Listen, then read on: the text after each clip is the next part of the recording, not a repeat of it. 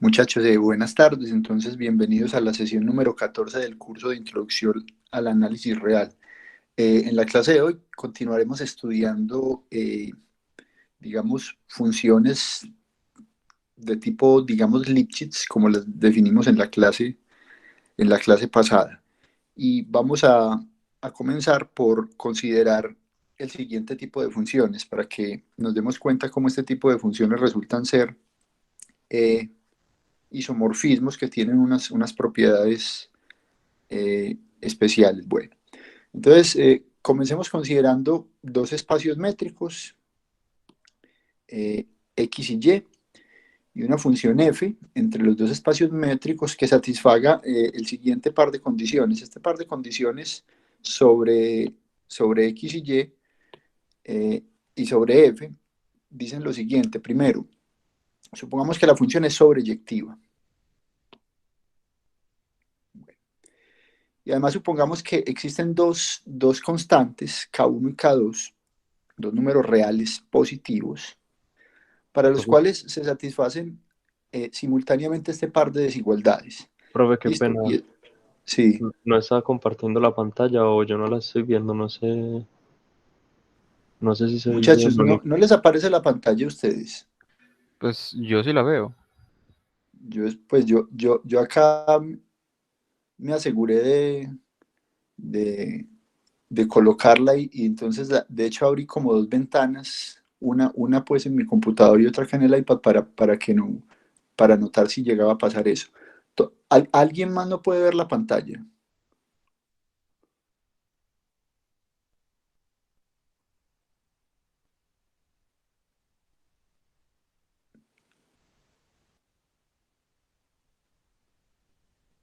Bueno, no sé, muchachos, ¿alguien más tiene dificultades con la pantalla o ya Ah, está normalizado? profe, ya lo arreglé, me salí, volví a entrar y ya me aparece. Qué pena haberlo Listo, interrumpido por eso.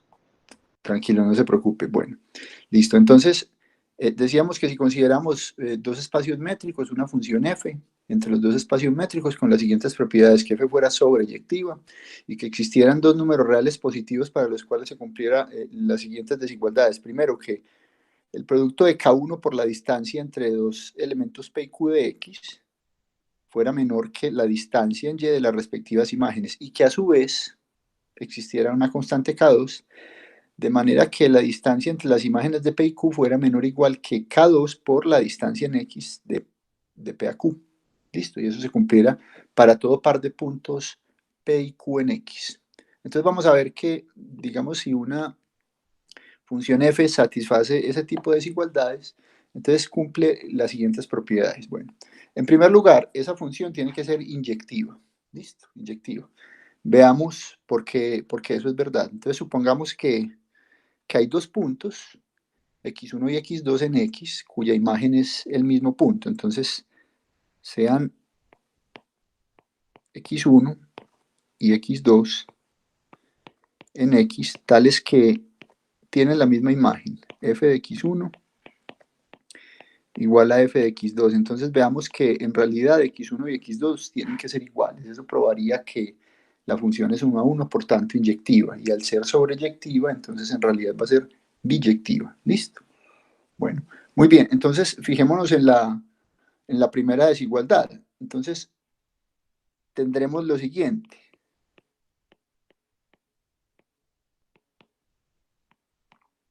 Fíjese que K1 por la distancia entre los puntos x1 y x2 es menor o igual por la primera desigualdad que se tiene que la distancia en y entre f de x1 y f de x2. Pero obviamente si f de x1 es igual a f de x2, entonces lo que va a ocurrir es que la distancia entre ellos dos es 0. ¿Listo?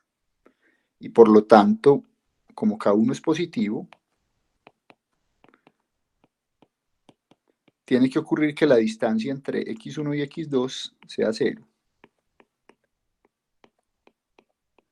Y dos elementos de un espacio métrico que estén a distancia 0, pues tienen que ser el mismo elemento. Luego,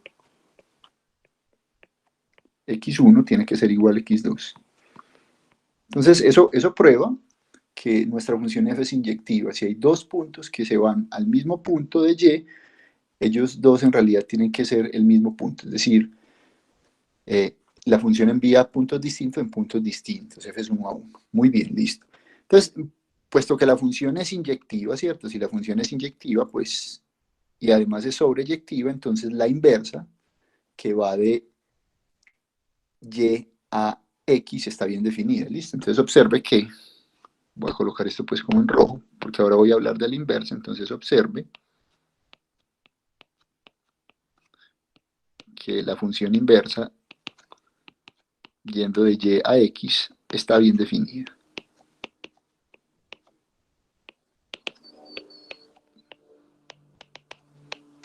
¿Eso por qué? Porque es sobreyectiva, entonces su dominio es todo y obviamente al ser inyectiva, pues la inversa de la función existe. Bueno, muy bien. Listo. Segunda propiedad, y es que tanto f como la inversa son funciones uniformemente continuas. Listo, f es uniformemente continua y f a la menos 1 es uniformemente continuo. Bueno, entonces, en primer lugar, obviamente, notemos lo siguiente. Fíjense que esta condición, la condición de que, vamos a resaltarla acá, de que la distancia en y de f de p a f de q sea menor o igual que k2 por la distancia en x de p a q, eso justamente es la condición de tipo Lipschitz. Es decir, que la función f es una función Lipschitz, en donde podemos considerar la constante m de Lipschitz, por ejemplo, como k2. ¿Listo? Y ya sabemos de la clase pasada que las funciones Lipschitz continuas son precisamente uniformemente continuas. ¿Listo? Entonces, primero observemos que como entonces tengo esa desigualdad, la desigualdad es que la distancia en y, ¿cierto? La distancia en y de f de p a f de q es menor o igual que esa constante k dos veces la distancia en x de p a q, y esto vale para todo p y q en x. Entonces f es Lipschitz continuo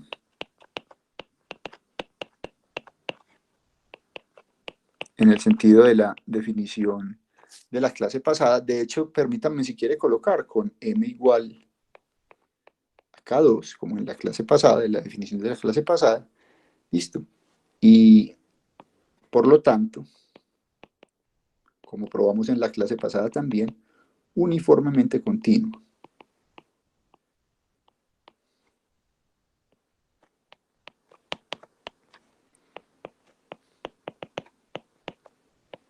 Bueno, muy bien. Veamos que también se satisface la misma condición de ser Lipschitz continua para la función inversa. ¿Listo? Veamos que también f a la menos 1 es Lipschitz continua. Entonces veamos que f a la menos 1, ¿cierto? De y en x es también Lipschitz continuo. Si probamos eso, entonces de nuevo, por el resultado que estudiamos al final de la clase pasada, entonces eso implicará inmediatamente que esa función f a la menos 1 es uniformemente continua. Bueno, entonces tomemos y1 y y2 en y vamos a ver que se satisface una condición de tipo Lipschitz para f a la menos 1. Entonces sean y1, y2 elementos de y.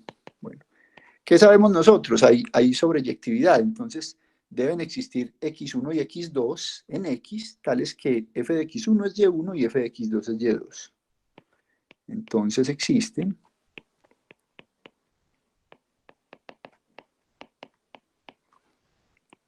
x1 como x2 en x, tales que esto está garantizado por la sobreyectividad, f de x1 es y1 y f de x2 es y2. Listo. Bueno, esto es lo mismo que decir, venga, yo lo coloco en amarillo, esto es lo mismo que decir que f inversa de Y1 es X1, ¿cierto? Y F inversa de Y2 es X2. Listo. Eso es exactamente eso. Eso es exactamente eso. Bueno, muy bien. Entonces, usando las desigualdades de la hipótesis, vamos a tener lo siguiente. Entonces, por hipótesis, tenemos lo siguiente. ¿Qué tenemos nosotros? Vea, tenemos que K, digamos, la distancia en X, ¿listo? De F a la menos 1 de Y1 y F a la menos 1 de Y2, ¿listo? Será exactamente igual a que a la distancia en X entre X1 y X2. ¿Listo? Bueno, y ahora fíjense en lo siguiente, me voy a devolver. Entonces, fijémonos en la primera desigualdad que hay acá. Esta primera desigualdad, K1 por la distancia en X de P a Q es menor o igual que la distancia en Y de F de P a F de Q. Entonces yo puedo colocar esto como de la siguiente manera. Esta desigualdad de acá yo la puedo escribir de la siguiente forma. Recuerden que K1 es positiva. Yo la podría escribir como que la distancia en X de P a Q es menor o igual que, pongámoslo así, K1 a la menos 1 por la distancia en Y entre F de P y F de Q. Obviamente esto valiendo para todo P y Q en X. ¿Cierto? Recuerden que K1 es positivo, entonces 1 sobre K1, primero no cambia la desigualdad, sigue siendo positivo y K1 no es 0, entonces no hay ningún inconveniente. Entonces esto resulta ser menor o igual que ¿qué? Esto resulta ser menor o igual, acá podría colocar yo, que K1 a la menos 1 por la distancia en Y de F de X1 y F de X2 y F de X2, listo. Entonces esto es igual, exactamente igual a K1 a la menos 1 por la distancia en Y entre F de X1 es Y1 y F de X2 es Y2. Listo. Entonces fíjense lo que acabo de probar. Lo que acabo de probar es que para un par de elementos Y1 y Y2 en Y, la distancia en X de F a la menos 1 de Y1 y F a la menos 1 de Y2 es menor o igual que una cierta constante, esta de acá, que sería como la constante de Lipschitz por la distancia en Y desde el espacio de salida entre Y1 y Y2. Esta última desigualdad prueba que la función f a la menos 1 efectivamente es una función Lipschitz. Y como es una función Lipschitz, entonces es uniformemente continua. ¿Listo? Es decir, aquí tendríamos una función Lipschitz en la que, si se quiere, la constante de Lipschitz m, en este caso, ¿cierto? Sería esa constante K1 a la menos 1. Se puede elegir como constante de Lipschitz esa constante K1 a la menos 1. Bueno. Listo. Eso prueba entonces que tanto f como f inversa son Lipschitz, por lo tanto uniformemente continuas en virtud de lo que estudiamos la clase pasada. Bueno, entonces fíjense que aquí tenemos ya algo interesante. Tenemos que esa función f en realidad va a ser un homeomorfismo entre los espacios métricos x y y. ¿Por qué? Porque es continua, es sobreyectiva y su inversa también está definida, es biyectiva de hecho, y es continua a la inversa. Ya la clase pasada vimos que si uno tenía una función f definida entre dos espacios métricos x y y, biyectiva, y cuya inversa era continua, entonces ese tipo de funciones eran muy especiales, porque básicamente esas funciones posibilitaban que uno tuviera como una correspondencia biunívoca entre los abiertos de cada uno de los espacios, motivo por el cual uno decía que los espacios eran homeomorfos. Tema de estudio principal, como saben ustedes y les comenté, del curso de topología. Pero veamos cosas que son más interesantes todavía. Y es que ocurre lo siguiente. Bueno, también va a ocurrir que si X es completo, Y es completo y viceversa. Entonces, ya que tenemos una función f, no solo que es un homeomorfismo, sino que se satisfacen ese par de desigualdades respecto a las distancias entre x y f de x. Entonces, si x es completo, y es completo, y viceversa, si y es completo, xd es completo. ¿Listo? Bueno, probemos que eso es cierto. Vamos a probar que si el espacio métrico x de x es completo, el espacio y de y es completo. La otra implicación es totalmente análoga. Las desigualdades que se utilizan son totalmente análogas. Ustedes la pueden hacer a modo de ejercicio. ¿Listo? Entonces vamos a probar que la completez de x implica la completez de y. El recíproco es inmediato, pues no inmediato. Utiliza el mismo argumento y no voy a repetir el argumento. ¿Listo? Bueno, muy bien. Entonces, ¿qué tenemos que hacer? Vamos a considerar una sucesión de Cauchy en Y, suponiendo que X es completo, y vamos a ver que convergen. Entonces sea Y sub n, n entre 1 infinito, una sucesión de Cauchy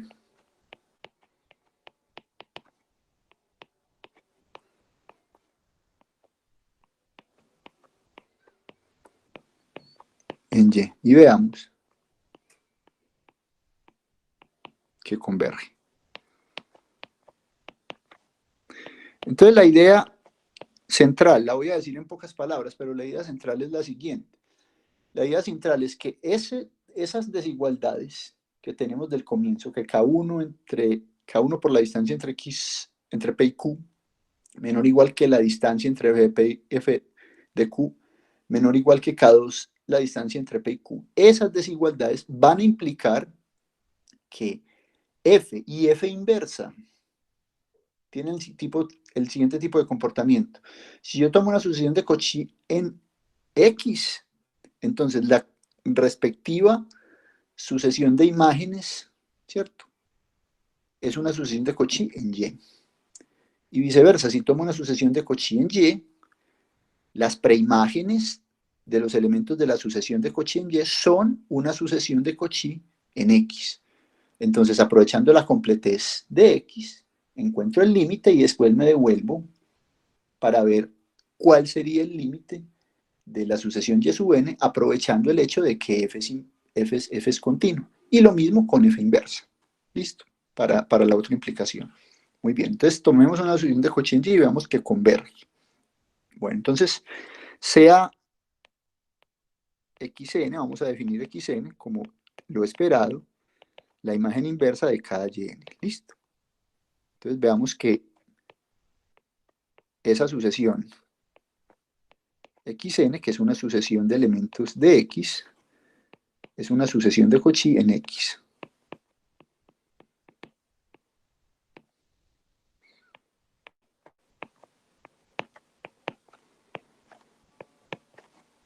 En x.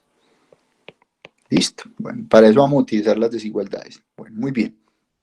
Entonces, ¿cómo hace uno eso? Entonces, vamos a la definición de sucesión de Cauchy. Entonces, sea epsilon mayor que 0. ¿Listo? Tenemos que probar que existe un n mayúscula, tal que si n minúscula y m minúscula son mayores o iguales que n mayúscula, las distancias entre los xn se hacen menores que epsilon. ¿Listo?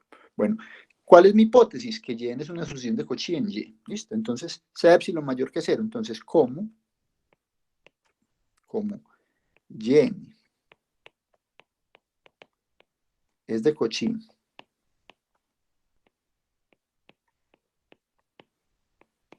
en el espacio métrico y de y, entonces, para esa existe un número natural n mayúscula, listo, tal que si yo tomo un par de índices, m minúscula y n minúscula, de forma que sean mayores que c mayúscula, tal que si n y m son mayores o iguales que n mayúscula, entonces fíjense lo que pasaría, la distancia en y, coloquemos acá entonces, la distancia en y, listo, entre yn y ym es menor que epsilon sobre K2. Esto es simplemente para utilizar una desigualdad que tengo yo disponible ahora. Listo, fíjense. ¿Esto qué es igual? Esto es lo mismo que decir lo siguiente. Entonces, yn y ym son menores que k2. Entonces, en términos de escribirlo, en términos de f de x, esto es lo mismo que decir que la distancia en y de f de xn a f de xm, ¿cierto? Es menor que epsilon sobre k2. ¿Listo? Fíjense que de aquí uno como que ya intuye hacia dónde va. Escrito así uno intuye hacia dónde va. ¿Por qué? Porque acuérdense que uno tiene lo siguiente. Uno tiene que hay un control entre las respectivas imágenes, digámoslo así, de f de xn y f de xm con las preimágenes xn y xm. ¿Listo? Entonces, por las desigualdades, ¿cierto? ¿Listo? Por las hipótesis.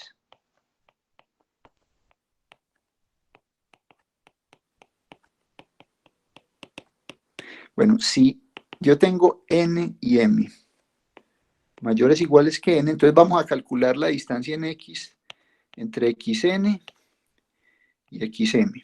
¿Listo? Bueno, entonces esto es menor o igual que ¿qué? Permítanme, yo me devuelvo. Entonces fíjense, en la segunda desigualdad acá de la hipótesis, entonces la distancia entre las imágenes en y de f de p y f de q es menor o igual que k2 por la distancia de esta k. ¿Listo? Y lo mismo para estas de acá. Bueno, entonces, si yo quiero hacer la distancia de estas dos acá, entonces yo voy a tener que la distancia entre x,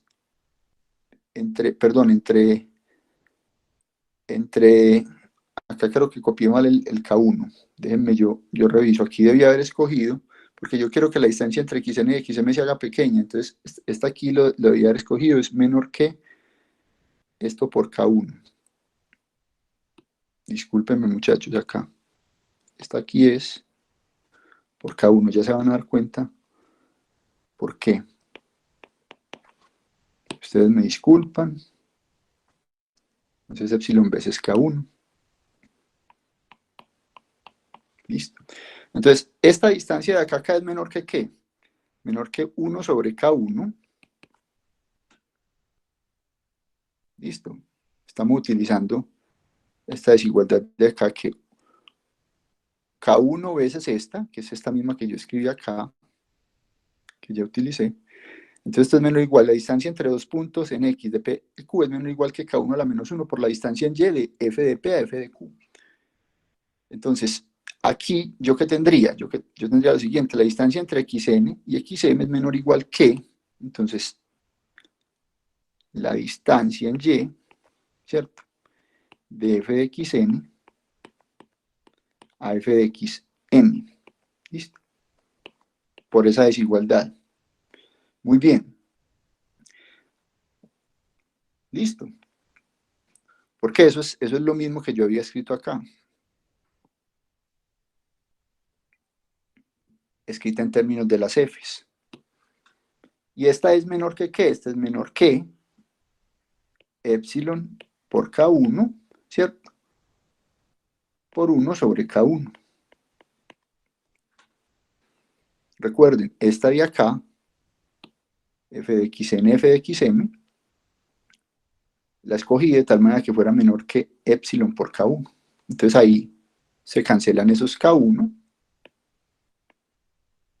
y me queda esto igual a epsilon. Entonces, ¿qué acabo de probar? Fíjense, acabo de probar que si tengo una sucesión de Cauchy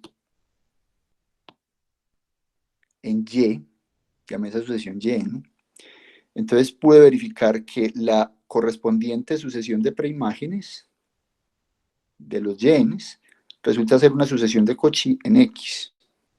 ¿Por qué? Porque probé que, dado epsilon mayor que 0, existe un n mayúscula, tal que si n minúscula y m minúscula son mayores o iguales que n mayúscula, entonces la distancia entre ellos dos es menor que epsilon. ¿Listo? Bueno, entonces, ¿en qué vamos?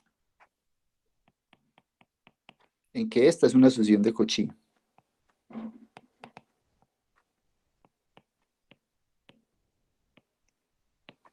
Bueno, ¿cuál es la hipótesis sobre X? X es completo. Entonces, como X es completo,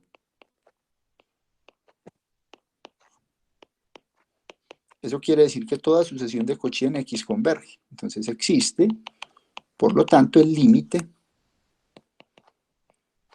cuando n tiende a infinito, listo, de los xn's, llamémoslo X. Ese límite es X. El límite cuando n tiende a infinito de los xn's existe, puesto que la sucesión es convergente. Entonces sea Y igual a f de X. Ese Y existe porque pues f está definida en X. Bueno, entonces, ¿qué vamos a ver? Vamos a ver que los YNs convergen a ese Y. Bueno, eso ya ¿por qué? Eso ya es muy fácil por lo siguiente. Entonces, recuerden, lo que uno quiere probar es que los YNs convergen a Y. Una vez pruebe eso, ya probé que el espacio es completo. ¿Por qué? Porque probé que, dada una sucesión de Cauchy en Y, la sucesión es convergente. Ahora, eso ya es fácil. ¿Por qué? Porque recuerden que f es continuo. Entonces, como f es continuo,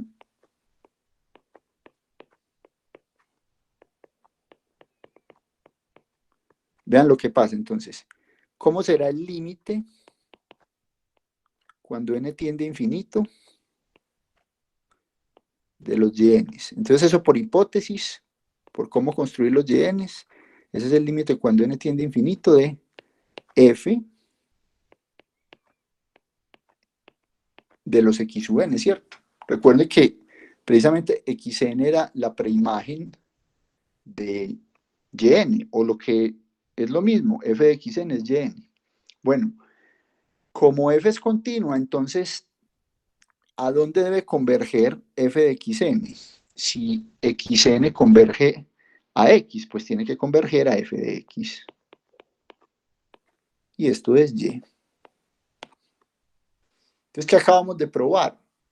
Acabamos de probar que efectivamente yn es una sucesión convergente a ese elemento y. Listo. Lo anterior muestra que y es completo.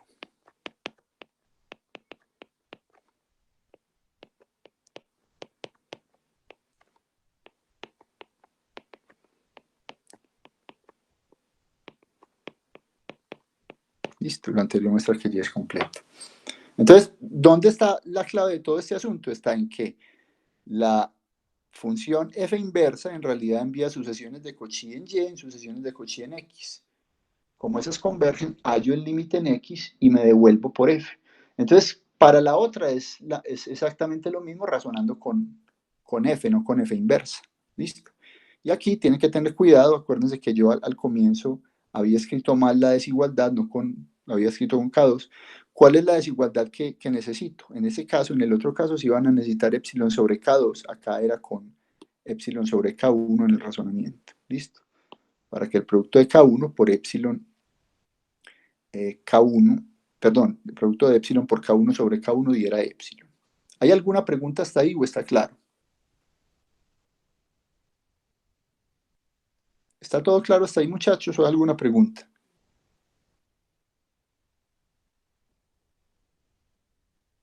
Listo. Bueno, muchachos, entonces resulta pues entonces que esta función, como les dije hace un rato, pues es muy buena, esa función f que satisface esas propiedades. Resulta ser un homeomorfismo, pero más allá de ser homeomorfismo también tiene esa propiedad, el hecho de que uno de los espacios entonces va a resultar ser completo si solo si el otro es completo. No solo que envía sucesiones convergentes en convergentes, sino Cauchys en Cauchys. ¿Listo? Sucesiones de Cauchy en sucesiones de Cauchy. Bueno, muy bien. Entre, digamos, las muchas funciones del tipo anterior, ¿listo? Del tipo anterior que estábamos describiendo, hay unas que son muy especiales, unas en las cuales podríamos escoger, digámoslo, me voy a devolver K1 y K2 exactamente igual a 1.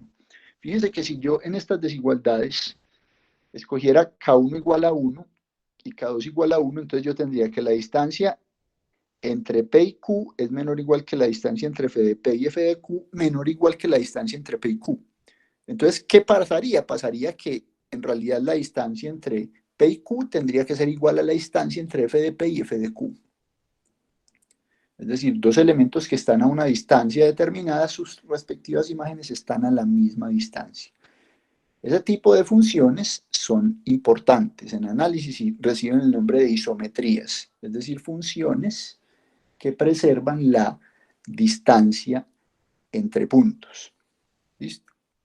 Bueno, entonces caso especial, muy especial, el caso de las isometrías. Entonces, una función entre dos espacios métricos X y Y que sea sobreyectiva se denomina una isometría si para todo par de puntos P y Q de X, la distancia entre P y Q es igual a la distancia entre F de P y F de Q. Obviamente la distancia entre P y Q tomada en la métrica de X y la distancia entre F de P y F de Q en la métrica del espacio Y. Y la observación que hay ahí pues es la misma que les dije ahora. Ese es un caso particular de lo que habíamos dicho antes para K igual, digamos para K1 igual a K2 igual a 1. ¿Listo? Entonces, ¿qué hacen las isometrías? Preservan distancias. Si tomo dos elementos, ¿cierto? P y Q que están a una determinada distancia acá en X, las correspondientes imágenes están a exactamente la misma distancia en Y. ¿Listo?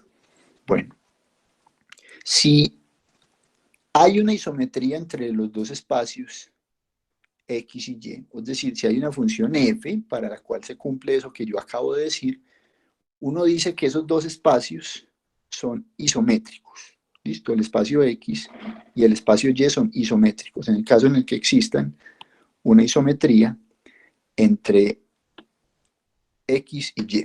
¿Listo? Ese tipo de cosas se presentan a menudo en varios contextos. El más sencillo de ellos, ustedes pues digamos lo conocen, y es el caso de Rn con las, digamos así, transformaciones que preservan la distancia. Entonces, solo por recordar un ejemplo que, digamos, muchos de ustedes ya deben conocer, yo diría que todos, es un ejemplo del curso inclusive del curso básicos en la universidad, del curso de geometría. Entonces, pensemos, por ejemplo, en R a la N. En R a la N. ¿Listo? Y vamos a considerar una matriz ortogonal en R n por n, es decir, una matriz de n filas por n columnas, cuyas columnas y también cuyas filas resultan ser ortonormales, es decir, cada una de ellas tiene norma 1, ¿cierto? Y entre sí son ortogonales o perpendiculares. Entonces supongamos que tenemos una matriz de ese tipo y un elemento x0 en Rn que está fijo. Entonces, ¿cuál es el tipo de isometrías que hay en Rn? Entonces, eso se estudia justamente en el curso de geometría. El tipo de isometrías que hay en Rn son este tipo de funciones. La función que a cada x le asigna lo siguiente, el producto de la matriz Q por el vector x de Rn más el vector fijo x0. Recuerden que acá estoy hablando de que x esta es una función definida en Rn, listo, aquí digamos x siendo un elemento de Rn. Bueno, ¿y eso por qué es verdad? Bueno, eso se verifica fácilmente, entonces, ¿qué tendría que probar uno? Que la distancia entre f de x y f de y es lo mismo que la distancia entre x y y, pero ¿cómo se comprueba eso? Pues simplemente utilicemos las propiedades que conocemos del curso, de los cursos básicos, entonces f de x menos f de y, ¿cierto? La norma de esa cosa es lo mismo entonces que lo siguiente, esto sería q, listo, de x más el elemento x0 menos, entonces ahora acá paréntesis q de y más x0. Recuerden que x0 está fijo. Listo. Bueno, ¿qué va a pasar ahí? Pues que se van a cancelar x0 con menos x0 y uno va a llegar a lo siguiente. Esto es q, listo, q por x o q en x. Si quieren, para que les salga más normal, dejémoslo como en la notación que estaba. A veces se utiliza la otra notación porque uno está como pensando en como una transformación lineal, pero dejémoslo así, Q de X, Q por X. ¿Listo? Acá, Q por Y. Entonces esto sería como Q por el vector X menos Q por el vector Y de Rn. ¿Listo? Nosotros sabemos que eso sería lo mismo que Q, que multiplica el vector X menos Y. ¿Listo? Y aquí utilizamos justamente la propiedad que tienen las matrices ortogonales. Entonces, las matrices ortogonales tienen la siguiente propiedad que uno estudia en los cursos de geometría. Inclusive uno prueba ya esto, y es que cuando uno hace el producto de una matriz ortogonal por un vector, la norma de ese producto es exactamente igual a la norma del vector. ¿Listo? Entonces, en conclusión, ¿qué tenemos? En conclusión de esa cadena de igualdades, tenemos que f de x menos fy, listo, es exactamente igual a, en magnitud de x menos y, y esto vale para todo par de vectores xy de Rn. Entonces, esas son las isometrías en el caso, esa es una isometría en el caso de Rn, pero hay muchas más pues que uno se puede encontrar. Por ejemplo, cuando estudia unos espacios de funciones y uno traslada, por ejemplo, una función hacia arriba o hacia abajo y mide distancia entre funciones, eso lo van a ver, por ejemplo, en el curso de integración y series, van a estudiar el tipo de fenómenos. Entonces eso también resulta ser una isometría. Bueno, pero hay una que particularmente nos interesa a nosotros. ¿Por qué? Porque la vamos a estudiar y quiero comentar un poco acerca de ella. Es un ejercicio de la lista 3. Voy a dejar, los detalles están en el ejercicio de la lista, cómo se hace paso a paso, pero quiero comentarla un poco. Y es la siguiente. Profe, ¿Listo? una preguntita. Sí. Pues yo sé que en este caso es sencillo, pero cierto que aquí faltaría para la isometría demostrar también que es sobreyectiva. Sí, pero bueno, en este caso es sencillo también No, por probar eso que es sí, es sencillo, sobreyectiva, sí. pero también haría falta si fuera una función cualesquiera, ¿cierto? Sí, no, si es una función cualquiera, sí, tiene que probar que es Que es sobreyectiva, sí. sobreyectiva. Ah, listo. Mm. Gracias. Sí, en este caso, como la matriz Q es ortogonal, entonces eso es invertible, uno, digamos, puede despejar. Sí, saber quién es ¿Listo? la preimagen. Si usted me da Y, ¿cierto? Y usted me da Y, entonces yo digo, ah, bueno, ¿qué es? ¿Cómo tiene que ser? Encontrar el X que yo quiero, entonces Q de X más X0, entonces usted hace Y menos X0 igual a el Q de X, ¿cierto? Y entonces si quiere borrar ese Q, entonces aplica acá Q inversa Y ahí tienen y la lo preimagen, despeja. sí. Y lo despeja acá, listo. Recuerden que aquí uno, como está trabajando con matrices invertibles, no hay ningún problema. Entonces eso hace que sea sobreyectiva. Sí, pero claro, habría que probar que es sobreyectiva. En este caso sí. Bueno, listo. ¿Alguna otra pregunta, muchachos? Bueno, entonces les quería comentar es acerca del ejercicio de la lista 3 que es muy importante, y es el siguiente. Bueno, entonces, tomemos un espacio métrico. ¿Listo? Entonces, uno puede probar lo siguiente. ¿Listo? Puede probar que existe un espacio métrico completo. Completo, esto es lo importante. Existe un espacio métrico completo. X estrella con métrica de X estrella. La construcción de ese espacio métrico, ¿cierto? Se describe y se pide verificar todos los detalles de manera explícita justamente en el ejercicio de la lista 3. Bueno, entonces existe un espacio métrico completo, X estrella con métrica de X estrella. Y una función phi que va de X en el espacio métrico completo X estrella. ¿Listo? Con la siguiente propiedad, vamos a llamar a la imagen de todo X, la vamos a llamar Y. Ese Y es un subconjunto de X estrella. Podría no ser todo X estrella. ¿Listo? Podría no ser todo X estrella. Ya voy a decirles cuándo no es. Podría no ser todo X estrella. De tal manera que, si yo considero a phi, ¿cierto? Como función de X, ya no a todo X estrella, sino a solo hasta Y. hasta su propia imagen. Esa es una isometría. Coloco eso para que justamente sea que sea sobreyectiva. ¿Listo? Entonces, phi de x a y es su imagen, y es phi de x, ¿listo? Es sobreyectiva. Obviamente, muchachos, ya dijimos, me voy a volver, que si una función satisface esta desigualdad, perdón, esta igualdad, que es como satisfacer las dos desigualdades del comienzo de la clase con K1 y K2 igual a 1, entonces esa función tiene que ser inmediatamente inyectiva, ¿cierto?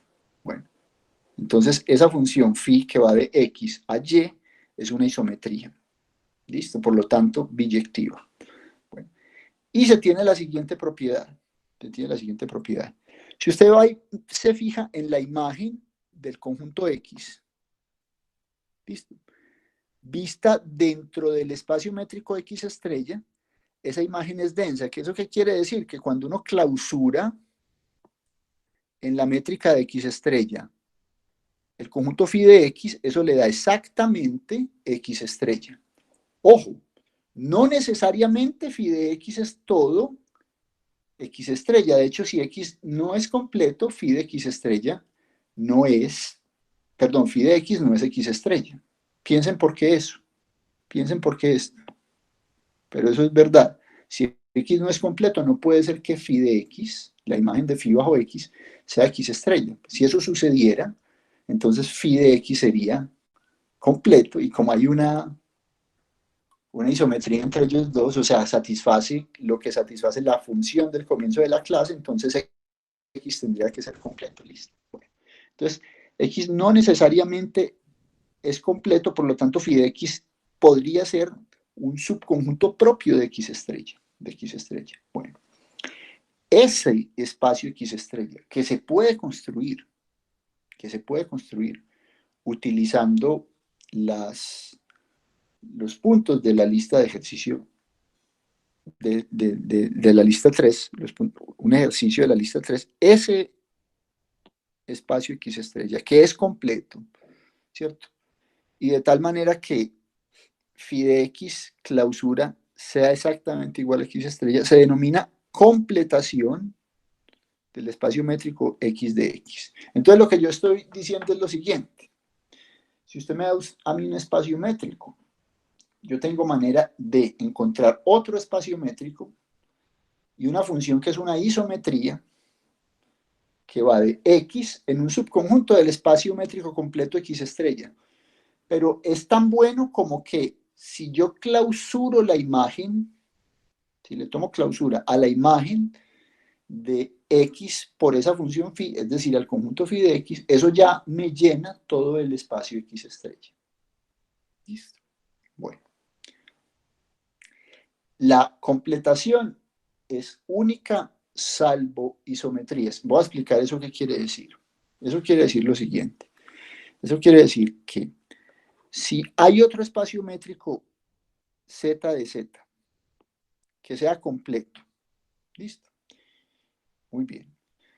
Y otra función de estas, phi, que va de x en z, que preserve distancias, es decir, que para cualquier par de elementos x y y en x mayúscula, psi de x y psi de y estén a la misma distancia entre x y y, que preserve distancias. Y que además, al tomarle clausura a la imagen bajo psi del conjunto x, da el conjunto z, es decir que esa función psi que va de x a z se comporta prácticamente igual a la función phi que va de x en x estrella. Entonces, si eso ocurriera, si existiera una función psi para la cual eso ocurriera, entonces tendría que ocurrir que estos dos espacios, x estrella y z, son isométricos. Es decir, ellos desde el punto de vista de la métrica no se van a distinguir, ¿cierto? ¿Por qué? Porque la manera de medir distancias en ellos va a ser similar. Hay una isometría entre ellos dos. ¿Listo? ¿Qué quiere decir eso? Entonces, que sean isométricos. Recordemos que sean isométricos es que existe una función ρ que va de z a x estrella, que es una isometría. O sea que tendría como esta propiedad, que la distancia de, perdón, que la distancia entre, digamos, rho de Z1, o sí, rho de Z1 y rho de Z2, esa distancia en donde es en X estrella, tendría que ser igual a la distancia en Z entre Z1 y Z2. ¿Listo? Entonces piensa en lo siguiente, lo que está pasando acá es un fenómeno como del siguiente tipo. Entonces, yo tengo phi que va de X en su completación. Listo, muy bien. Con la siguiente propiedad, que yo clausuro la imagen de X bajo phi y eso me da X estrella. Bueno. Y tengo por otro lado, supongamos que por otro lado tengo otra función psi que va de X en otro espacio métrico Z, con la misma propiedad que si yo clausuro la imagen de X ahora bajo psi, eso me da Z. Si eso ocurriera, ¿cierto? Si existieran esas funciones así, entonces tendría que existir una isometría entre los espacios Z y X estrella. Tendrían que ser isométricos, ¿cierto? Entonces, dos espacios isométricos, piénsenlo así, desde el punto de vista de medir distancias, son como iguales. Son como iguales. ¿Listo? Entonces, en ese sentido, las isometrías, ¿listo?, son importantes, porque nosotros no, ustedes van a ver en los cursos de topología, que, digamos, cuando uno tiene dos espacios homeomorfos, pero además aquí desde el punto de vista de la métrica son isométricos, básicamente es como, piensen lo siguiente, como tener dos espacios que son igualitos, en los cuales los nombres de los elementos son distintos, pero los espacios en sí son como indistinguibles para un topólogo o para alguien que mida distancias. Simplemente los elementos de los espacios tienen como nombres distintos, pero desde el punto de vista de medir distancias y desde el punto de vista de cómo son los abiertos y desde el punto de vista de la topología, esos espacios se comportan igual. ¿Listo? Bueno, muy bien. ¿Hay alguna pregunta ahí? Ese es un punto interesante de la lista. Tienen que trabajarlo bastante. Digamos, no es ni trivial ni excesivamente difícil, pero hay que ir con cuidado y hay que revisar los puntos, hacerlos con detalle. ¿Listo? La descripción de cómo construir X estrella a partir de X justamente es uno de los ejercicios de la lista. Listo. Entonces, en conclusión, una cosa buena que van a utilizar mucho de acá en adelante. Si tengo un espacio métrico X, aún en el caso en el que X no es completo, digamos que yo puedo verlo vía esa función phi, verlo como dentro de un espacio X estrella que ya es completo, de tal manera que ese conjunto es como denso, es denso allá. ¿Con cuál estoy identificando a X? Estoy identificando a X con su imagen, phi de X. ¿Y por qué esa identificación desde el punto de vista de medir distancias tiene sentido? Porque recuerden que phi es una isometría entre X y phi de X. Bueno, muy bien. Bueno, continuando en la misma línea del estudio de funciones de tipo Lipschitz, entonces vean lo que hemos estudiado. Hemos estudiado en esta clase las funciones de tipo Lipschitz cuya inversa también es de tipo Lipschitz, ¿cierto? Las primeras. Caso súper especial, las isometrías, que acabamos de ver y acabamos de ver la importancia que tienen. Bueno, pero estudiemos unas que también son muy importantes porque garantizan una propiedad de las funciones que es deseable, que es que las funciones tengan puntos fijos. Bueno, entonces voy a anunciar el resultado que quiero probar. Este es un resultado muy bonito, muy útil, muy útil. Vuelvo y digo, no tanto en este curso mismo, sino en posteriores cursos. Este teorema del punto fijo de Banach, que es uno de los teoremas que tal vez yo más he usado en mi vida, en trabajos de investigación, porque hay una técnica, digamos, para encontrar soluciones de ecuaciones diferenciales que utiliza este método del punto fijo. Y entonces, digámoslo así, es extremadamente útil en análisis. Ustedes lo van a ver tal vez más adelante. De pronto uno ve ahora el teorema y no ve la importancia, pero más adelante se van a dar cuenta en la carrera la importancia de este teorema.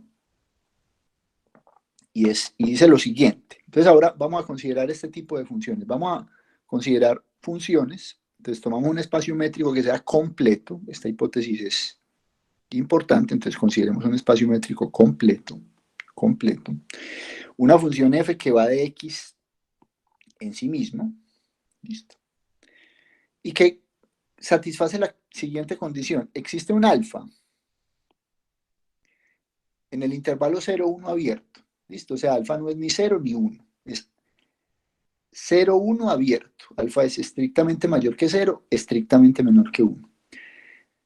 Para el cual se cumple lo siguiente. Esta es una función, digamos, Lipschitz, pero con constante alfa. En ese caso, digamos, es como si fuera la constante m de Lipschitz entre 0 y 1. Listo, entonces que se cumpla que la distancia aquí en x, ¿por qué no coloqué y? Porque la función va de x en sí mismo. La distancia en x de f de p a f de q es menor o igual que alfa por la distancia entre p y q. Entonces, si eso ocurre, existe un único p sub 0 en el espacio x para el cual f de p sub 0 igual a p sub 0. Listo. Entonces voy a hacer algunos comentarios acá. Bueno.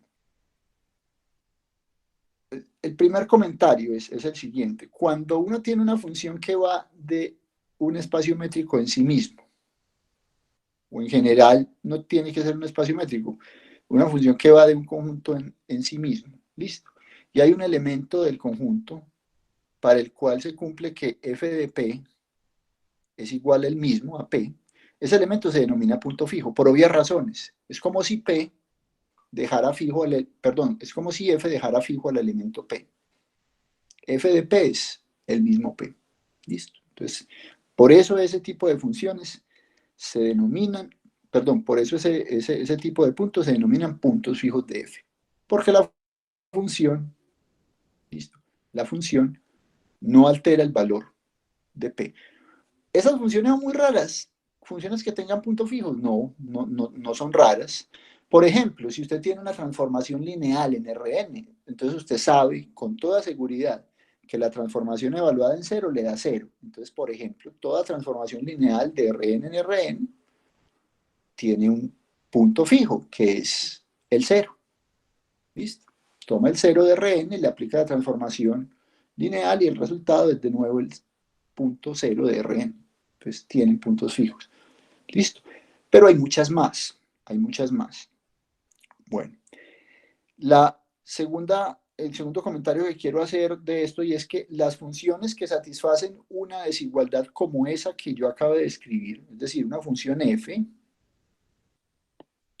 de x en sí mismo, para la cual, digamos, exista un alfa entre 0 y 1, para el cual se satisfaga esta desigualdad, es decir, que la distancia entre f de p y f de q sea menor o igual que alfa por la distancia entre p y q, ese tipo de función se llama contracción. Piensen por un momento en lo siguiente, fíjense, alfa está entre 0 y 1, o sea, es mayor que 0, pero estrictamente menor que 1. Listo, estrictamente menor que 1. Entonces, ¿qué pasa con una función de esas? Entonces, intuitivamente lo que está observando es esto, que si usted toma dos puntos P y Q, listo, que están a una cierta distancia, y va y se fija en la distancia entre f de p y f de q, como ese alfa es menor que 1, entonces el producto de alfa por la distancia entre p y q es estrictamente menor, obviamente, que la distancia entre p y q. Es decir, que esta función lo que está haciendo es acercando los puntos. O sea, f de P y f de Q está más cerca que P y Q. F de P y f de Q está más cerca que P y Q. ¿Listo? Entonces, si usted, digámoslo así, si usted en general toma un conjunto y le mide el diámetro, listo, ya hablamos del diámetro de un conjunto para allá en las listas de ejercicios.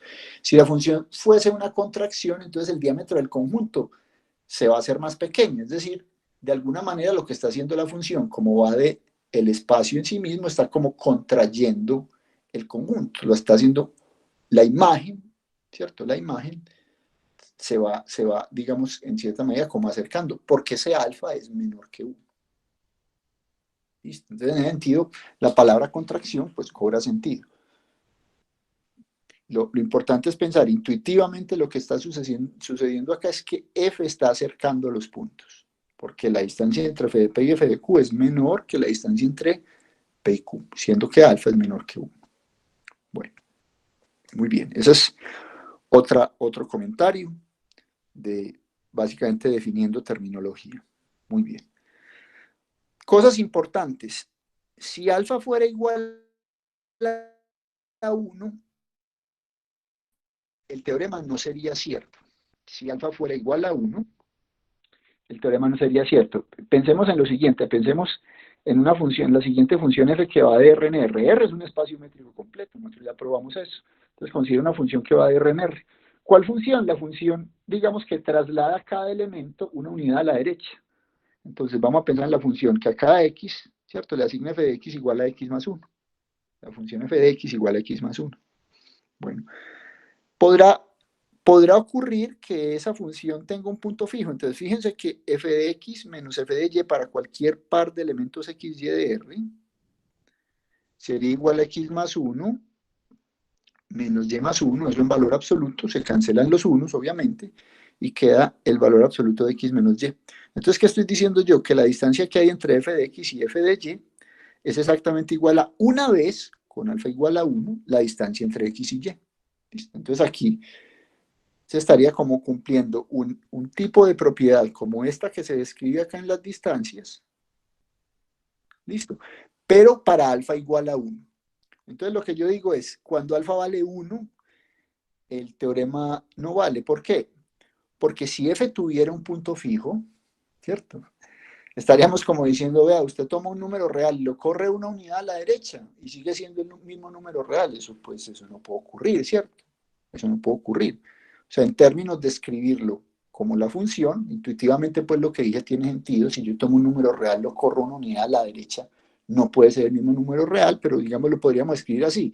Si tuviéramos un punto fijo y f de p fuera igual a p, entonces p más 1 sería igual a p, ¿cierto? Y cancelando p a ambos lados, digámoslo así, 1 sería igual a 0, lo cual es absurdo. Entonces una función como esas, ¿cierto? Que satisface una desigualdad de esas, de las contracciones, pero no es una contracción porque alfa vale 1, no tiene puntos fijos. Entonces el teorema no vale cuando alfa vale 1. ¿Listo? Bueno, el teorema valdrá cuando alfa vale 0. Entonces, ¿qué pasa cuando alfa vale 0? La distancia entre f de p y f de q sería menor o igual que 0. O sea que para todo p y q, la distancia entre p y q vale 0. ¿Listo? Entonces, ¿qué pasaría? Piensen ustedes, les dejo como ejercicio a ver qué pasaría. Si vale 0, ¿qué pasaría? Y por último, ¿qué pasaría si el espacio no es completo? Piensen qué puede pasar si el espacio no es completo. Esas son preguntas que ustedes no solo se deben hacer, sino que yo creo que están en capacidad de contestar. Si X no es completo, podrá garantizarse que existe un punto fijo. Piensen a ver. Listo, no les voy a dar la respuesta, piensen un poquito. No tienen que ir muy lejos, no tienen que encontrar espacios métricos muy sofisticados. Pueden pensar en R, en funciones no muy raras. Bueno, muy bien. Entonces queremos probar el teorema del punto fijo de Van Dyck. Ese teorema, muchachos, digamos, tiene generalizaciones no solo, digamos, en cuanto a las condiciones de que la función f sea contracción, sino que tiene como generalizaciones en otros contextos más allá como de los espacios métricos. Listo, para que tengan eso presente. Entonces, teoremas de punto fijo son teoremas con los cuales ustedes se van a encontrar en su estudio, pues en su carrera. Bueno, entonces vamos a utilizar para probar ese teorema como algunos hechos fundamentales, que yo no voy a probar acá porque creo que ustedes deben conocerlos de los cursos anteriores. Y esos hechos son los siguientes. Bueno, primero, este es un hecho, digamos, bastante conocido que ustedes seguramente ya usan mucho y me imagino que lo estudiaron en el curso previo a este. Y es el siguiente.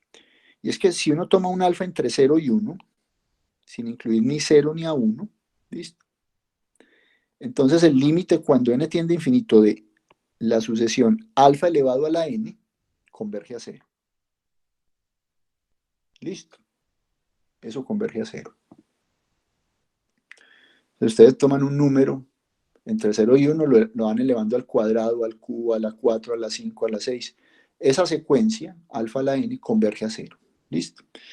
Si por alguna razón no lo vieron, entonces en los libros, muchachos, por ejemplo, el libro de análisis de Bartlett, de fundamentos de análisis, está la prueba de eso, pero yo creo que ustedes debían haberlo visto ya. Y una segunda cosa que vamos a utilizar acá es que cuando uno suma, digamos, potencias de alfa, para esto no necesariamente necesita que alfa esté entre 0 y 1, pero digamos se usa en este contexto porque cuando uno va a tomar el límite, cuando k tiende a infinito, ahí sí necesita que alfa a la k más 1 converja a 0. Pero si uno hace la suma de potencias alfa a la 0 más alfa a la 1 más alfa al cuadrado, así hasta alfa a la k, entonces si suma las primeras k potencias de alfa comenzando en 0, listo, comenzando en 0, esa suma va a dar 1 menos alfa a la k más 1 sobre 1 menos alfa. Esto es fácil de probar. Esto no es difícil. ¿Por qué no es difícil, muchachos? Por lo siguiente, porque basta hacer como una cuenta. O sea, déjenme, yo acá abro una página extra y hacemos como la cuenta que uno tendría que hacer. Si uno toma 1 menos alfa y multiplica eso por 1 más alfa al cuadrado de alfa a la k, 1 más alfa al cuadrado más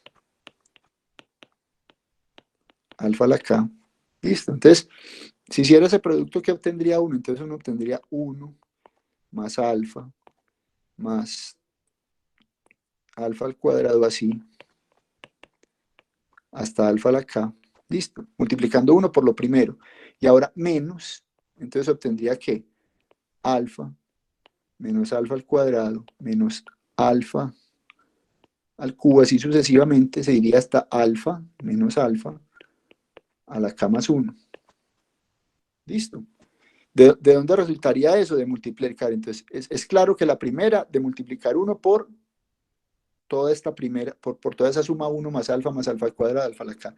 Y la segunda sería el producto entonces de este por este. Entonces, ¿me da qué? Me da alfa. Este por este, menos alfa cuadrado. Este, ahora por este, alfa al cubo. Y al final alfa por alfa a la k me da alfa a la k más 1. Listo. Bueno, eso daría eso.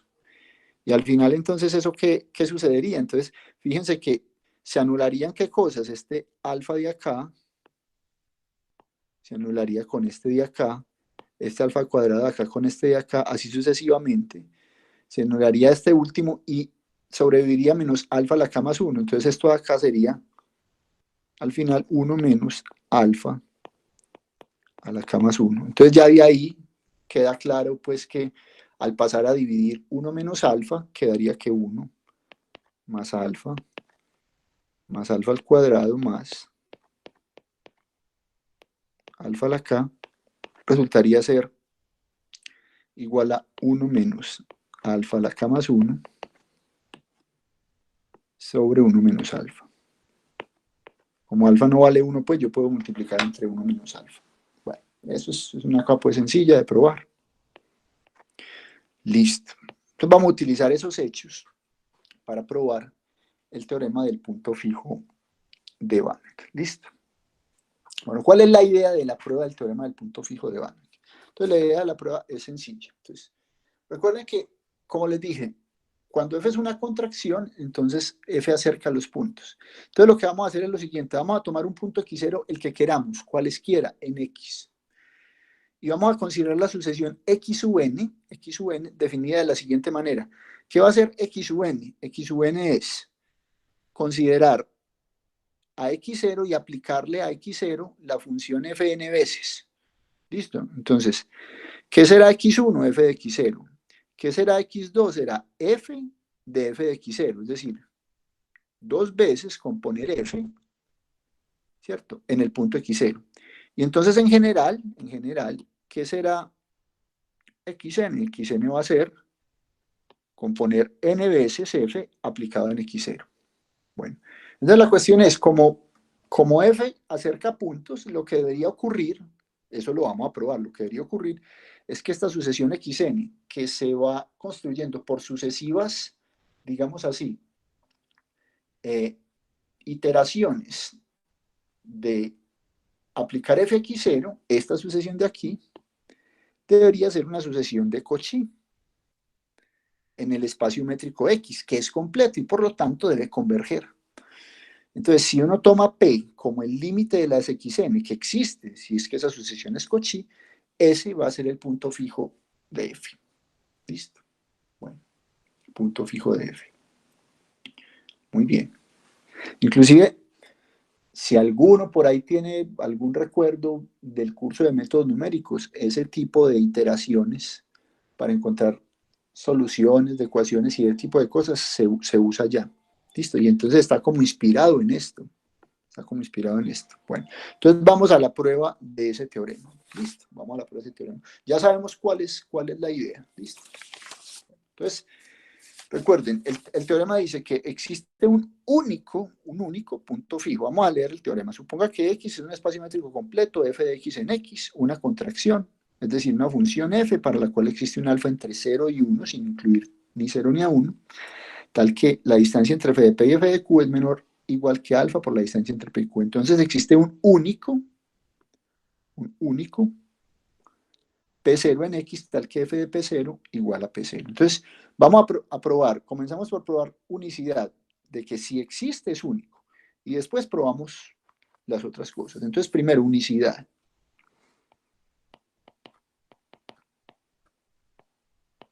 Unicidad es, suponiendo que existe, veamos que es único, y después probemos que existe.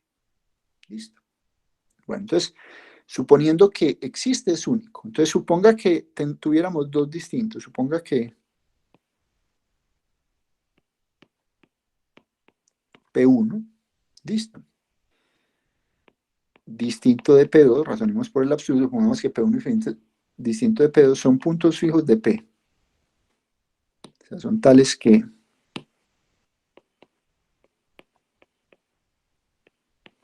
digámoslo así, que F de P1 es igual a P1 y F de P2 es igual a P2. Entonces supongamos que hubiera dos puntos fijos.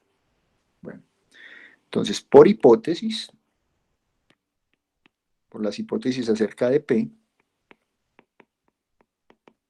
entonces vean lo que ocurriría. ¿Cómo sería la distancia en X entre F de P1 y F de P2? Entonces fíjense, eso tendría que ser igual a la distancia en X, como son puntos fijos, entonces F de P1 es P1, entonces la distancia P1, y F de P2 es P2, es lo mismo que la distancia de P1 a P2. Pero fíjense que esta distancia es mayor o igual que 1 sobre alfa, listo, por la distancia en X de F de P1 a F de P2. Bueno, ¿de dónde esta desigualdad, muchachos? Esta que yo escribí acá. Pues esta desigualdad, devolvámonos, no es más que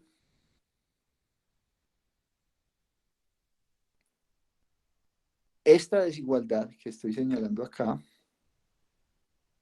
listo, que esa desigualdad de ahí, como pasando alfa, listo, pasando alfa a dividir al lado izquierdo, entonces tendría 1 sobre alfa, la distancia entre f de p y f de q menor o igual que la distancia entre p y q, listo, entonces es esa desigualdad, listo, esta desigualdad de ahí es esa. Entonces fíjense lo que tiene 1. Estoy suponiendo que estos dos son distintos, entonces su distancia es positiva, ¿cierto? Por lo tanto, como f de P1 y f de P2 son iguales a P1 y P2, esta distancia también es positiva. La distancia entre f de P1 y f de P2, que es la misma entre P1 y P2, es positiva. Entonces, de esa desigualdad, si yo cancelara, digamos así, ambos lados, esto de acá, con esto de acá, entonces llegaría a lo siguiente. Entonces tendríamos que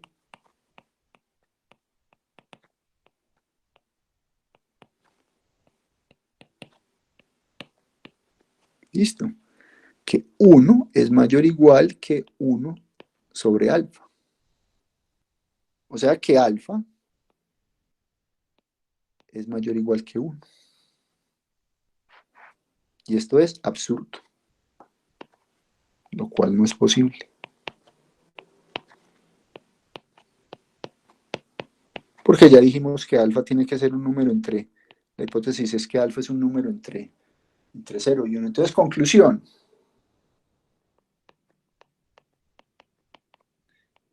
Concluimos que no puede existir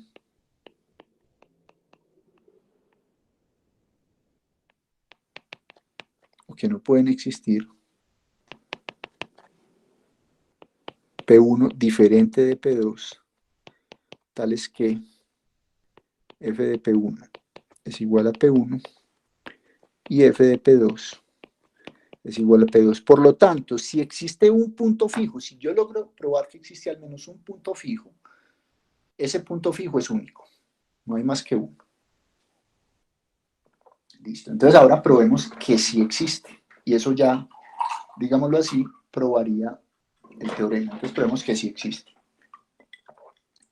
Muy bien. Listo, entonces, ahora la prueba de la existencia.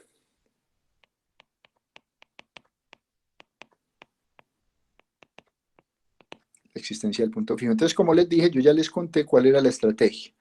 Listo, entonces tomemos x0.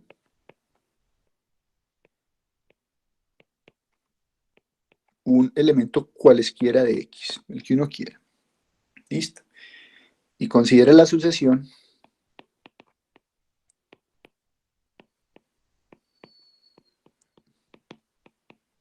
digamos, para la cual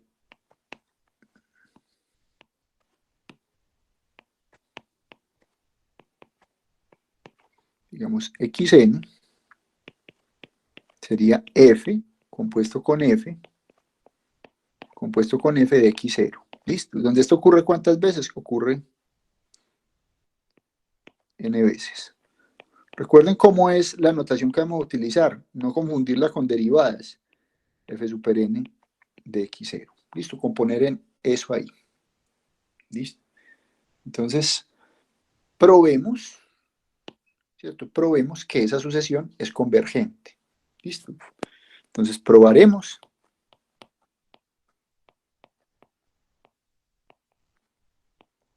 que esta sucesión xn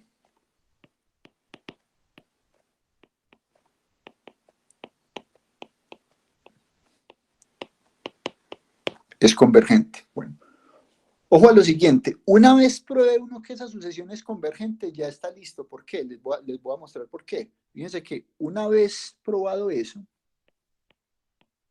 una vez probado esto,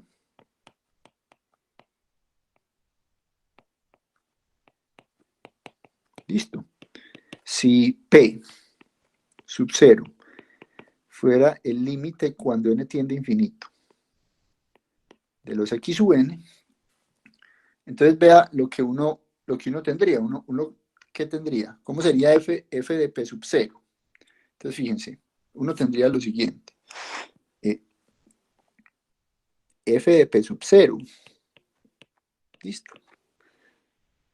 Sería igual a que voy a colocar acá, esto sería f de el límite, ¿cierto?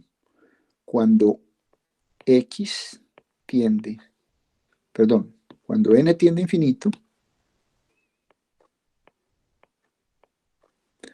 de los xn. Entonces, como la sucesión xn es convergente y f es continua, entonces esto sería el límite cuando n tiende a infinito de f de x sub n. ¿Qué estoy utilizando acá? F es continua.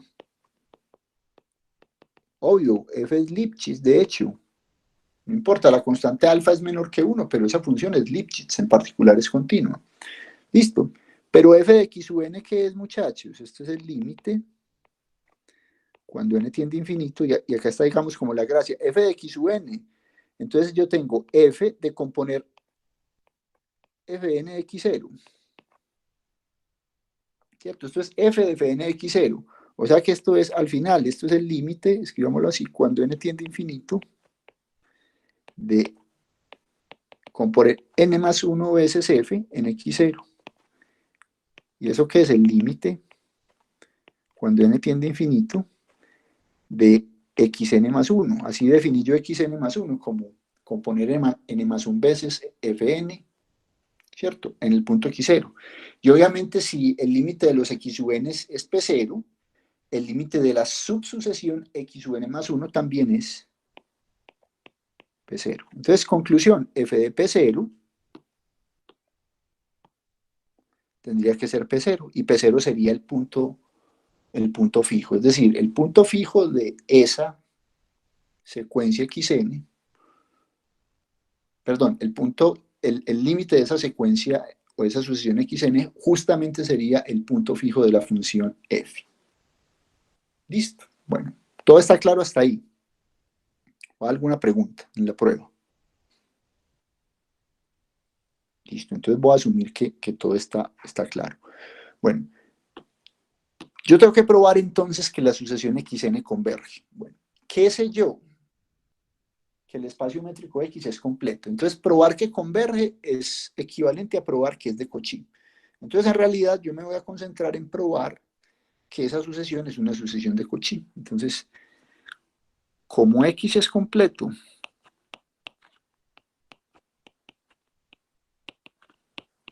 listo, para probar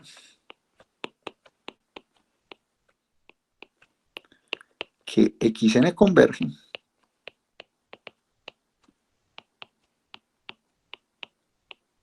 es suficiente probar que xn es Cauchy.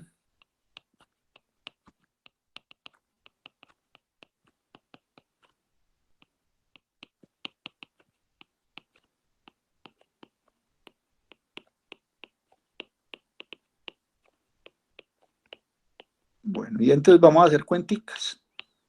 Vamos a hacer cuenticas y utilizar las cosas que yo dije sobre la convergencia de alfa a la n y sobre la suma de las potencias de alfa entre alfa a la 0 y alfa a la k. Bueno, con esas dos cosas vamos a probar que esa secuencia es Cauchy.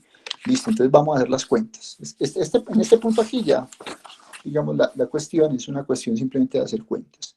Entonces, supongamos lo siguiente, sean índices, sean m y n, números naturales, y supongamos aquí para las cuentas que yo voy a hacer que m es mayor o igual que n. ¿Listo? Bueno, entonces, ¿qué pasa con la distancia en x entre xn y xm? ¿Listo? ¿Qué es lo que yo quiero probar? Que eso se hace pequeño, ¿cierto? A partir de cierto n mayúscula.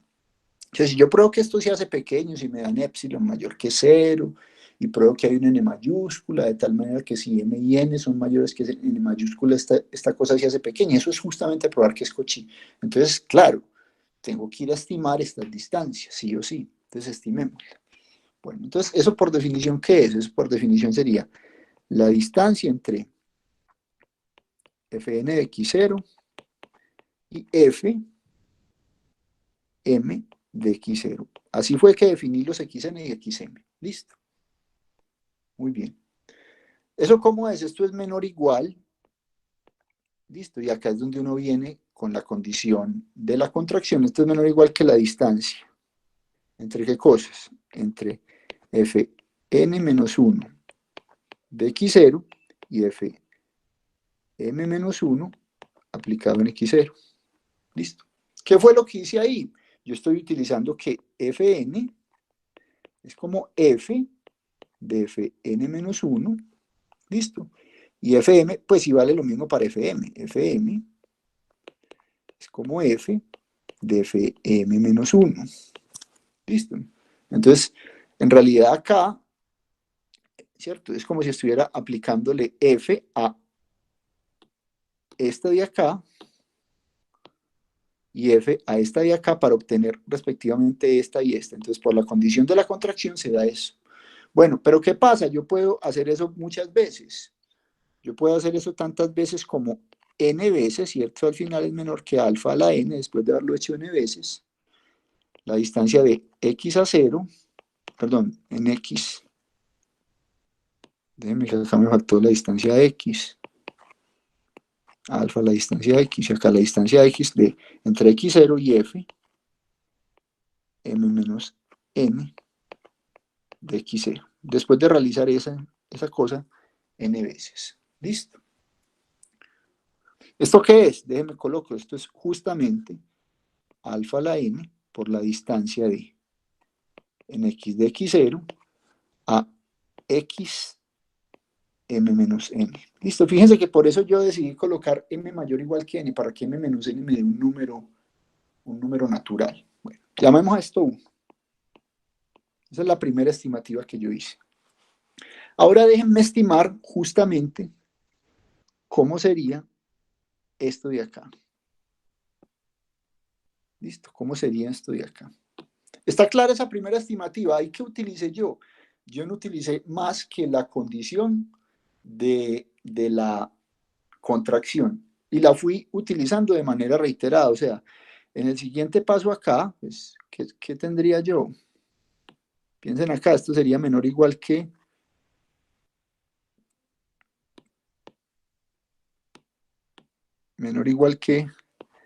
alfa, y ahora me concentro en esta distancia de acá, entonces menor o igual otra vez alfa. Listo, otra vez alfa. Por la distancia en x ahora tendría de f a la n menos 2 en x0 y f a la m menos 2 en x0. Entonces lo que yo estoy haciendo es haciendo n pasos hasta llegar hasta alfa a la n, la distancia entre x0 y f m menos n en x0, que es la distancia entre x0 y x sub m menos n. Bueno. Ahora calculemos o estimemos esta distancia, la distancia en x de x0 a x m menos n. ¿Listo? Bueno, entonces aquí voy a utilizar desigualdad triangular y voy a escribir esto como la distancia de x0 a x1. ¿Listo? Más la distancia entre x1 y x2.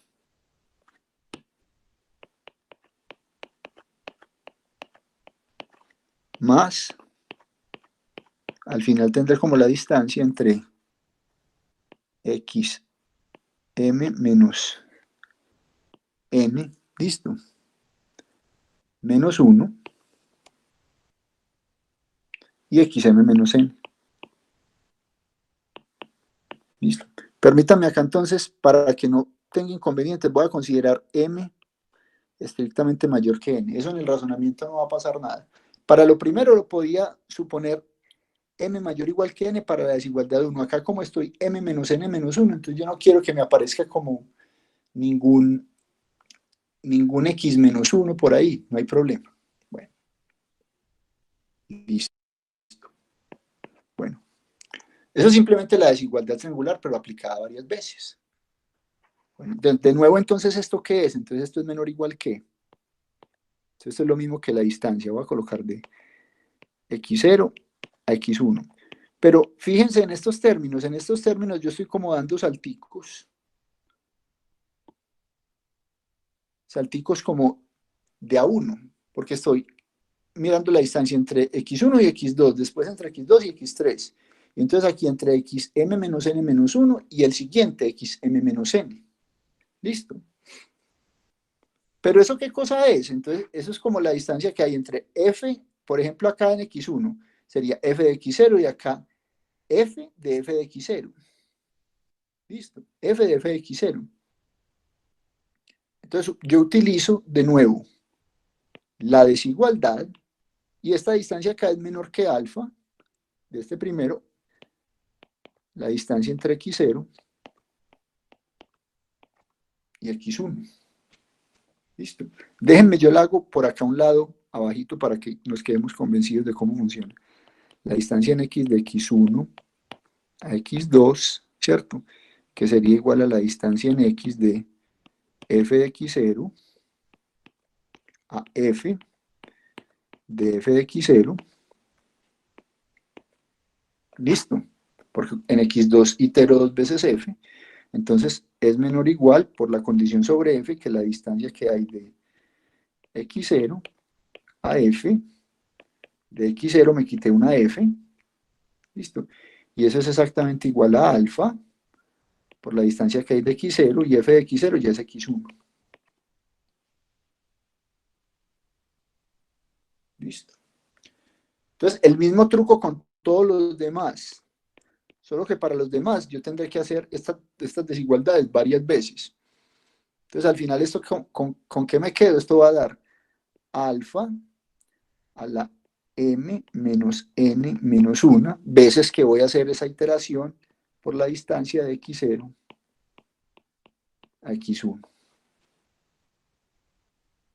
Bueno, ahora sí, déjenme borrar este pedazo que justificó pues como ese paso.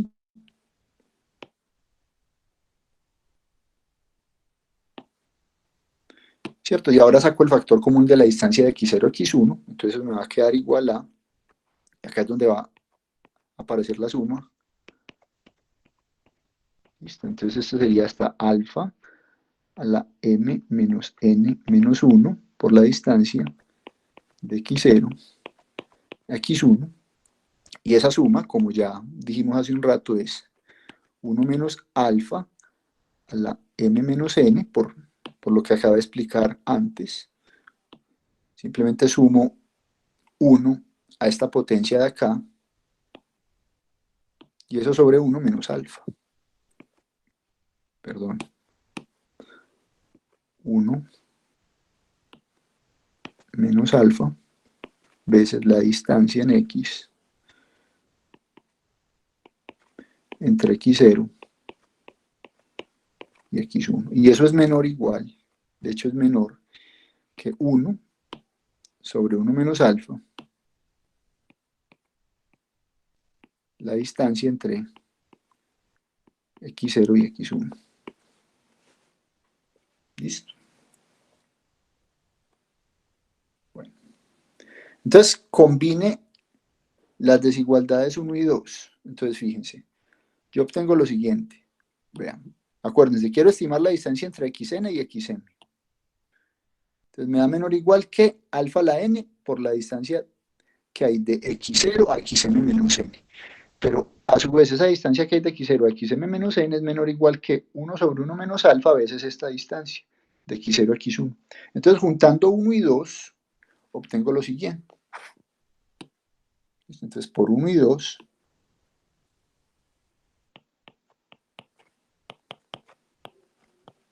lo que obtengo es que la distancia entre xn y xm, ¿cierto? Es menor que alfa, listo, alfa a la n sobre 1 menos alfa, por la distancia de x0 a x1. Acá estoy bajo el supuesto que m es mayor que n. M es mayor que n. En esas cuentas hice eso, no importa, ahí no hay ningún problema. Vamos a llamar eso 3. Hasta ahí está todo claro, muchachos. ¿Está claro? Sí, profe. Bueno, listo. Entonces ya estamos listos para probar que esa sucesión es de Cauchy. Listo.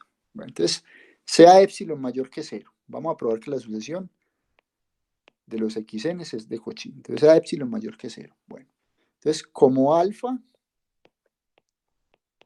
está entre 0 y 1, entonces el comentario que yo dije, el límite, cuando n tiende a infinito, de las potencias alfa a la n, vale 0. Listo. Por lo tanto, existe n mayúscula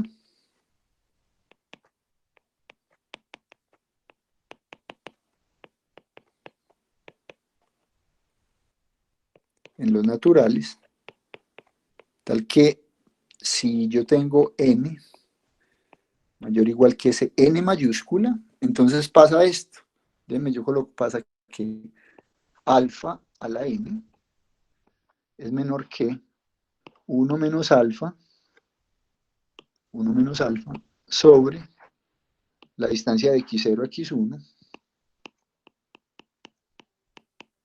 veces epsilon. Listo. Ya se van a dar cuenta por qué escoger. Ahora parece artificial escoger ese alfa así, pero ya se van a dar cuenta por qué esto funciona. Bueno, alguien me podría decir, ay, ¿y qué pasa si la distancia entre x0 y x1 es 0? Y usted está dividiendo por 0. Entonces yo le diría, observe lo siguiente, si la distancia en x, ¿cierto?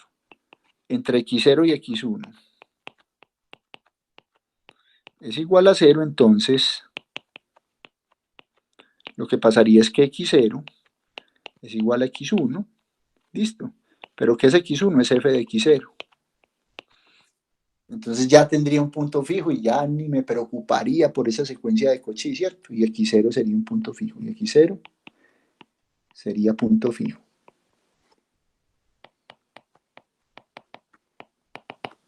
Listo, entonces el caso interesante realmente es si la distancia entre x0 y x1 es distinto de 0. Si fueran el mismo x0 y x1, entonces ya habría, por pura suerte al escoger ese x0, habría escogido el punto fijo. Listo, bueno, muy bien. Bueno, listo. Entonces, puedo suponer que no, que esa distancia no es 0. Muy bien, entonces, ¿qué pasa? Fíjense que de esta manera,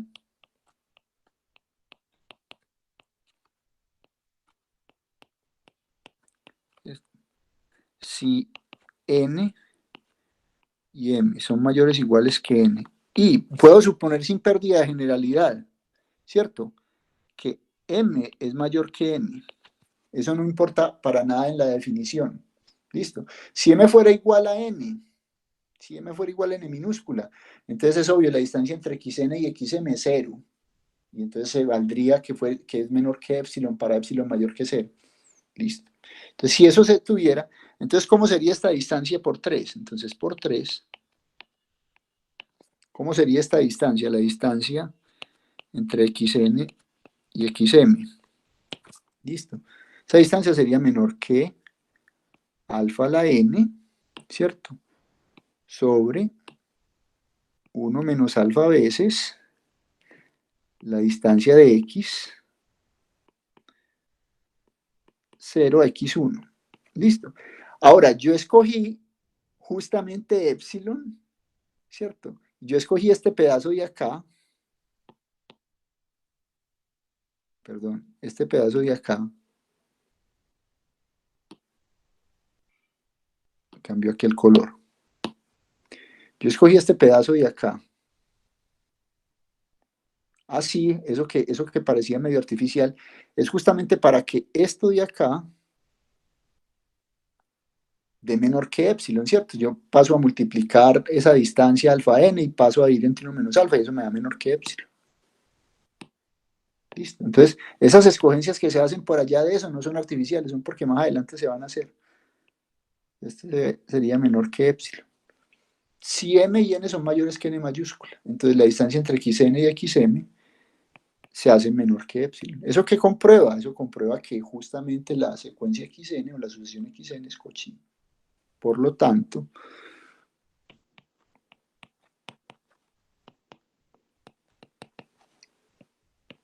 xn es de Cauchy. Ya, como dijimos, eso prueba el teorema porque el espacio es completo y la sucesión converge, y el límite de esa sucesión debe ser el punto fijo. Listo. ¿Hay alguna pregunta, muchachos, sobre esa demostración?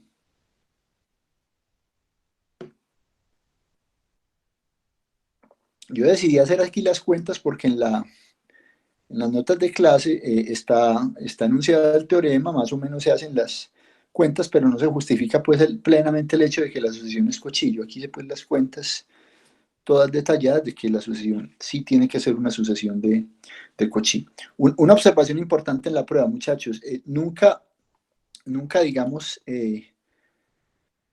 vayan a pensar que estas cosas aquí son como caprichosas y que se escogió este tipo de cosas de esta manera y que de dónde salen. No, al final salen es de que cuando uno hace esta cuenta final y como uno tiene esta desigualdad, perdón, esta desigualdad de acá, para la distancia entre x y xn, entonces, si yo quiero que esto se haga menor que epsilon, ¿cierto? Entonces tengo que hacer es que estos productos, pues que esto se haga menor que epsilon, lo cual se cumple gracias a que esto converge a cero, ¿cierto? Entonces, claro, si alfa n se hace menor que esto, yo lo escogí así para que alfa n sobre 1 menos alfa por la distancia de x a x0 me dé justamente menor que epsilon. ¿Listo? Entonces en la cuenta se escogió de esa forma adecuada. ¿Alguna pregunta sobre la prueba o está todo claro?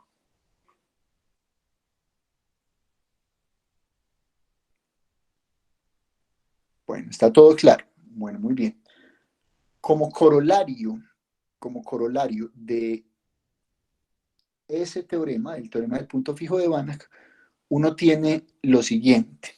Ese corolario, la prueba está en las notas de clase, pero yo les pido que primero, antes de leer las notas de clase, que les voy a mandar dentro de poco, intenten hacerlo ustedes solos, porque no es muy difícil probar este corolario a partir del teorema del punto fijo de Banach. Entonces dice lo siguiente.